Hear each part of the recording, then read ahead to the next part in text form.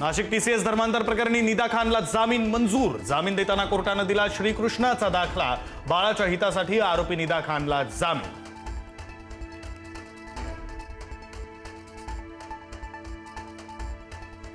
पिंपरी चिंचवडमधील मोशी कचरा डेपो दुर्घटनेमध्ये 45 तासांनंतरही शोध कार्य सुरूच। दुर्घटनेमध्ये एकाचा मृत्यू, अजूनही 8 कर्मचारी अडकल्याची माहिती। मुख्यमंत्री भेट देण्याची शक्यता। नगरसेवक रमेश म्हात्रेला रुग्णालयातून डिस्चार्ज। म्हात्रेला थोड्याच वेळात न्यायालयात हजर केलं जाणार। डॉक्टरला मारहाण प्रकरणी रमेश म्हात्रेला अटक।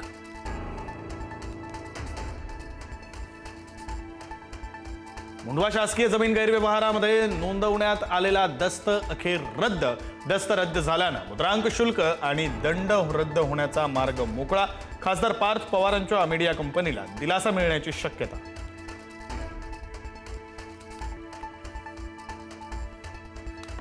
पावसाळी अधिवेशनाचा आज शेवटचा दिवस। अंतिम आठवडा प्रस्तावावर आज चर्चा। मुख्यमंत्री फडणवीस आज देणार उत्तर। राज्यातील मुदत संपलेल्या 15,636 ग्रामपंचायत निवडणुका लांबणीवर पडण्याची शक्यता। नव्या मतदार यादीनंतरच निवडणूक कार्यक्रम जाहीर होणार। नवीन वर्षही उजाडण्याची शक्यता।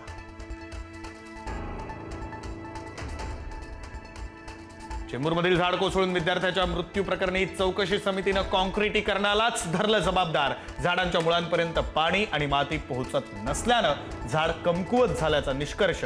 चौकशी अहवाल विशेष सभागृहात सादर होणार।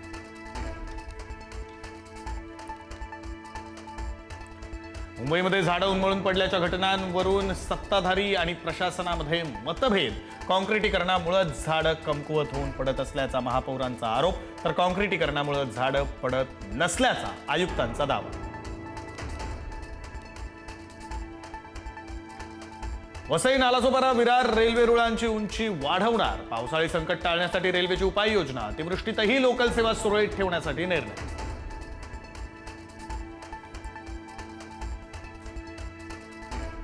मुंबई कोल्हापूर मार्गावरील महालक्ष्मी एक्सप्रेस 17 जुलैपर्यंत रद्द। कर्जत लोणावळा घाटात दरड कोसळल्यानं निर्णय। मुंबई मार्गावरील 22 रेल्वे गाड्याही रद्द। रत्नागिरीतील रघुवीर घाट पर्यटकांसाठी तात्पुरता बंद। 9 जुलै ते 10 ऑगस्ट दरम्यान प्रतिबंधात्मक आदेश जारी। दरड कोसळण्याचा धोका वाढल्यानं पावसाळ्यात रघुवीर घाट बंद राहणार।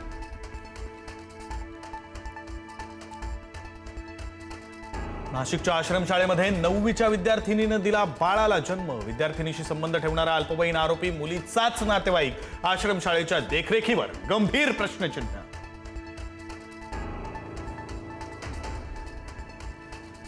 नागपूर आणि संभाजीनगरमध्ये एफडीएची धडक कारवाई। नागपुरात एमएस इंदोर नमकीन प्रोडक्ट्सवर एफडीएची कारवाई। बुरशी लागलेली मिठाई, मुदतबाह्य अन्न जप्त, तर संभाजीनगरच्या फुलंब्रीतील सिद्धेश्वर दूध डेअरीवर एफडीएची धाड।